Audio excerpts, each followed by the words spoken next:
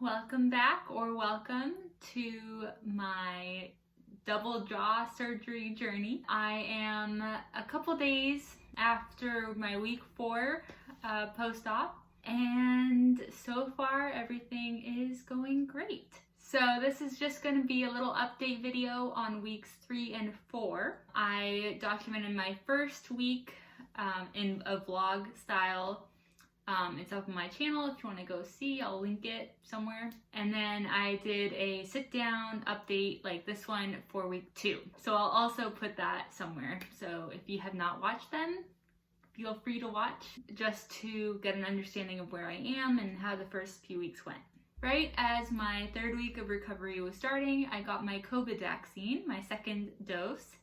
I don't know if this is a side effect from the vaccine or from surgery or from allergies or whatnot, but I had pretty bad vertigo, and so I woke up that morning and I had very full ears. Like my ears were sore and like plugged up, and I thought nothing of it. I've always had ear problems where they fill up and plug up and hurt, so I just thought it was another one of those.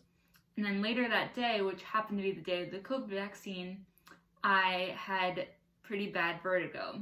Again, I don't know if it's the COVID vaccine or the surgery recovery, because they shifted a lot of things kind of near my ears, and you know, sinuses can impact how your eustachian tubes are and all that kind of stuff. So I don't know if it was related or not. In week 3, I stopped getting, well, I didn't stop. My nosebleeds slowed down, so they were less frequent, and the drooling also.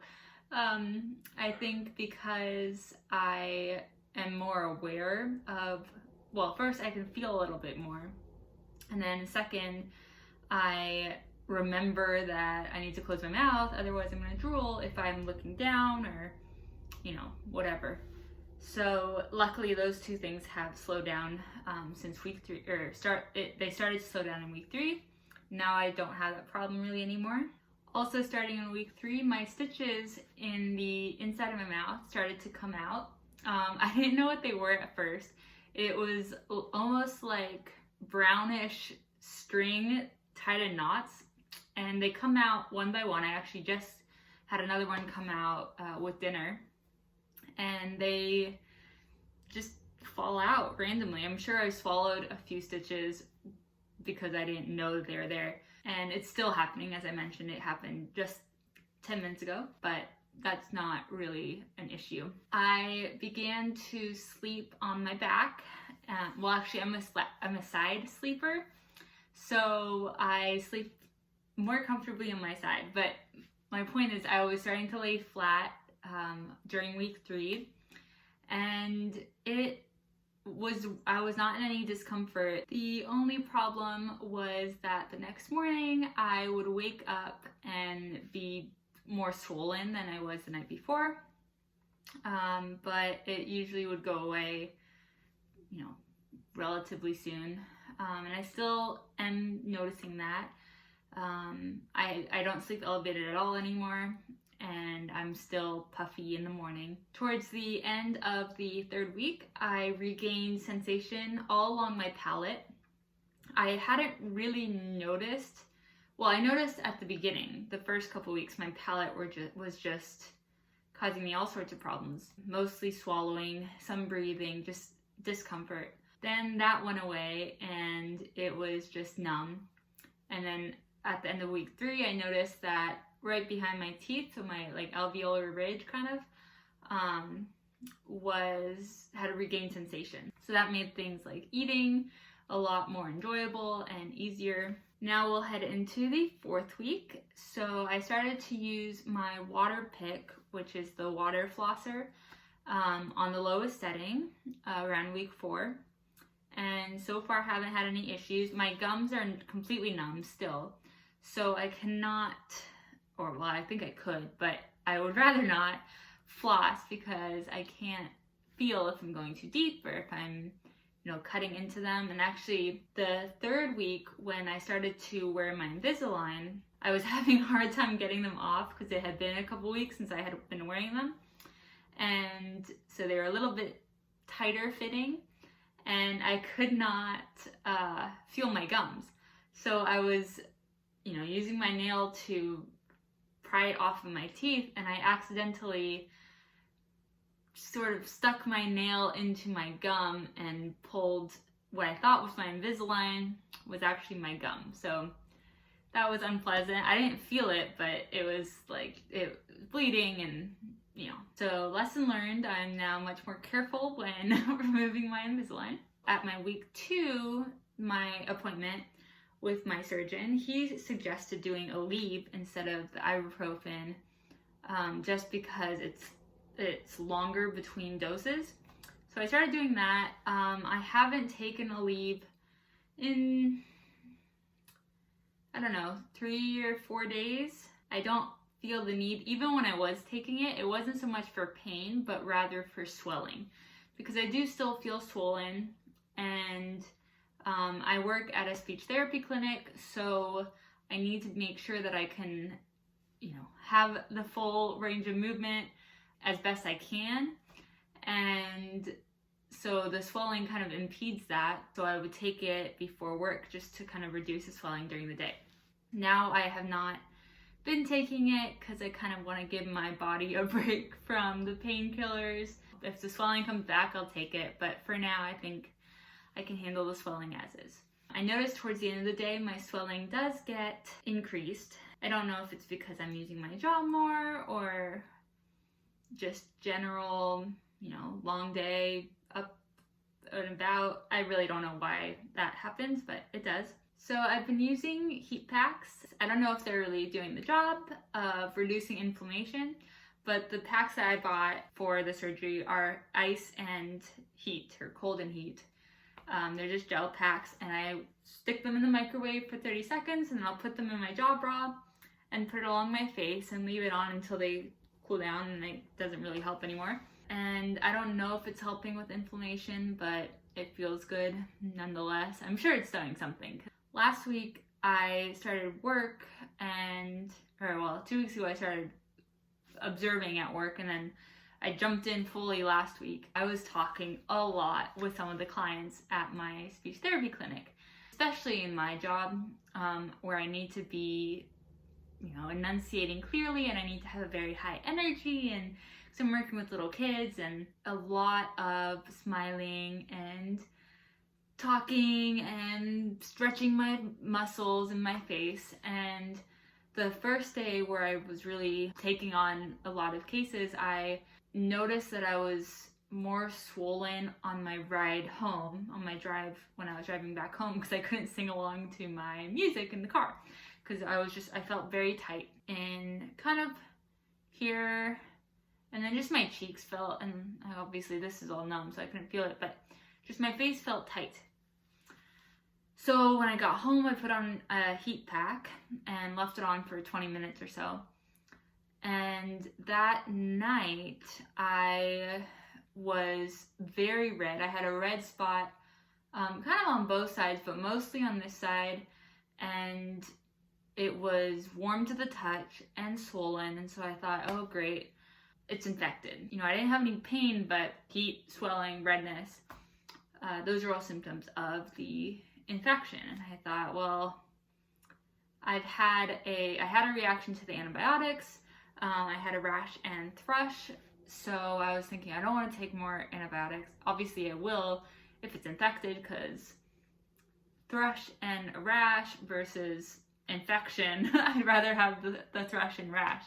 But I was really hoping it wasn't that. And then the next morning, luckily I had an appointment with my surgeon, my 4-week post-op visit, and he said that it was not infected. It was probably just inflammation from healing. I'm still healing. My jaws are still broken, even though it feels like it's been forever. But if you think about it, like when I broke my arm as a kid twice, it was 6 weeks in a cast. So I'm only week 4 and I'm not in a cast. I'm not fully, but I am using my jaw and it's moving, and so it's gonna get inflamed. Week 4, I also ate at a restaurant for the first time. It was for brunch, and I had, what was it, French toast and maple syrup. I drenched it with my maple syrup, and it was great. I still use a mirror to eat because I cannot feel my bottom half, like my lip or my chin. So I dribble, or I'll miss and accidentally jab the fork into my lip or whatever. So I still use mirror. I still use the IKEA like plastic forks and spoons, so I brought those just because, you know, I don't know if the other silverware will fit. I know the ones at my house do not fit into my mouth currently, and I wasn't sure about the restaurant. So I brought my own silverware, but it worked out great. I just smashed my French toast into tiny bits and then ate it. Going back to my lip being numb, another thing that happens all the time still is that I'll be talking or I'll be just, you know, breathing, and I'll notice that my bottom lip will get caught in my upper teeth, and I don't feel it. So it's like, why are my lips not closing? Because I can feel when my lips are closed because I have sensation in my upper lip. So if my upper lip is not touching my bottom lip, I'll feel it. So now I'm conscious about kind of using my tongue to like stick my bottom lip forward when I close my mouth so that it won't get caught on my teeth. But that's just a random little thing that I've noticed. Another thing, I don't know if it's the swelling or my upper jaw being more forward and my bottom jaw being more back, but I a lot of times find that my resting position of my mouth is kind of an open buck teeth, whatever you want to call it, where I'm just like, and I'm not breathing through my mouth, I'm breathing through my nose, but my mouth will just hang open, or my lips will hang open. Again, I don't know what that is. I'm conscious of it and trying to make an effort to close my lips as best I can, but again, it's a work in progress. I invested in a food processor, and it is the best thing ever. Personally, I'm using it more than I use my blender. The first couple weeks I thought I was going to be having smoothies and milkshakes and yada yada, and I did have a few, but it was mostly soups and broths, so I didn't use it as much as I thought I would. However, the food processor I use for everything. I put meat in there. I've been able to have teriyaki, beef teriyaki. I just stick it in there. I just had a burrito that I ground up. Early days I was putting wontons and like dim sum dumplings, and just chopping it up that way, and it's been a lifesaver. I'm so grateful for my food processor. So I highly suggest getting one because it'll make your job or your life so much easier. So I still dribble when I drink. I was using a red Solo cup for pretty much up until week 4 actually. Until day 28, I was using a red Solo cup just because it has a lip, and the lip was perfect for me. It was allowing me to drink multiple sips without spilling, but that's kind of annoying to walk around with all the time and bring to restaurants and houses and things. So the past several days I've been trying just regular glasses, and it works fine. It's more work to drink out of them. What I do is I'll hold a cup, drink it, but then I'll use my other hand to hold my bottom lip against the cup, and so it doesn't like all the way down. But the problem with that is I can only take 1 to 2 sips at a time, because otherwise it will run down, even if I'm holding up, my lip. When I eat, I use my tongue. Obviously, I'm still on a no chew diet, so I use my tongue for everything. My family was surprised that I could use my tongue for more, for bigger amounts of food than they think they could do. We were talking about it, and I was saying I think it's because my whole life I've been using my tongue as my bottom teeth, sort of. Because my teeth were not aligning correctly, anytime I had to slice something, my tongue was my bottom set of teeth. I would use my tongue and I would bring whatever it was that I was trying to slice, whether it be a sandwich, pizza, noodles, you know, whatever basically that had to rip off my mouth. I would use my tongue and push it up against the top teeth so that my top teeth would cut through. And in addition to that, my molars were not touching correctly. My top and bottom molars were not touching correctly. So chewing was a problem. So I would use my tongue to kind of mash the food too. I use my molars still, but the tongue was aiding in that process. So I've always been used to doing that. And I think thanks to that, I'm able to have more food in my no chew diet. So I guess a blessing in disguise that my whole life has been preparing me for a no chew diet, just because my teeth weren't aligning correctly. So although if they had been, I wouldn't need the surgery and I wouldn't need a no chew diet. So I guess take your pick. I am supposed to keep moving my muscles, try to not stretch them. He said don't do any stretches until week 6, but try to just work on gaining little bits of movement back without really stretching my jaw. So puckering, kind of making weird faces, which is great because I do that with the kids at work anyway, so that's not a problem. I'm not, afraid of making silly faces. I had my orthodontist appointment the same day as my 4-week post-op appointment with my surgeon. They were both very pleased with the results, both my surgeon and my orthodontist. And she has me in Invisalign. So we moved on to the new Invisalign set, which is great because my old one was getting stained and stinky. I still was taking it out and cleaning it and brushing my teeth all the time, just like I was before. But I had been in that one tray for 2 or 3 months. I was in that tray. So it was getting, old. So now I'm switching trays every 2 weeks until my next appointment in 8 weeks from now, just because she wants to take it slow and not disturb the jaw healing with my teeth shifting. And I'm still wearing rubber bands, but just at night. It's not a problem, super easy. During these last 2 weeks, since I transitioned to a more solid diet, I thought I'd be eating more and my weight would come back, but I'm actually still down 10 pounds, which is, I lost 9 pounds in the first week, so I've actually lost a pound since that first week. But again, I keep saying it's fine.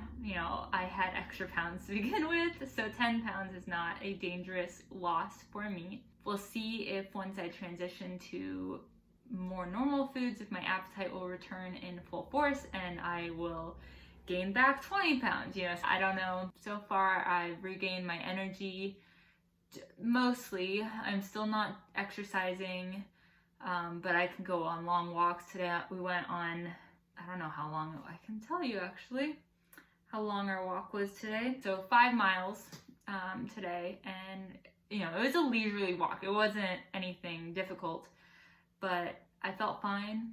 I didn't need to nap. I don't really need to nap anymore, which is good, because I was napping a lot.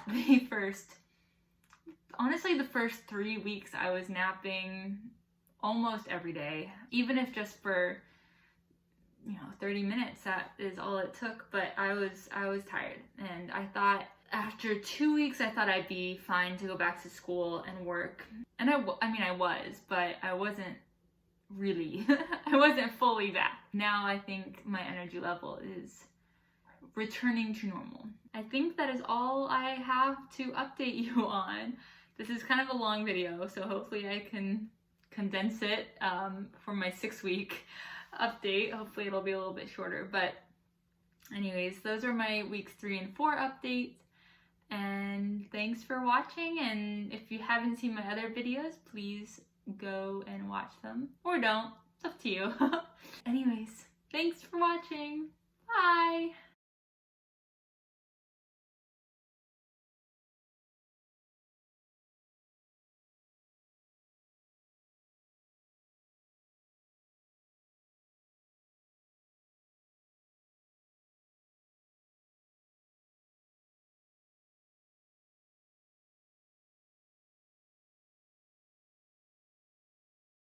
So when I eat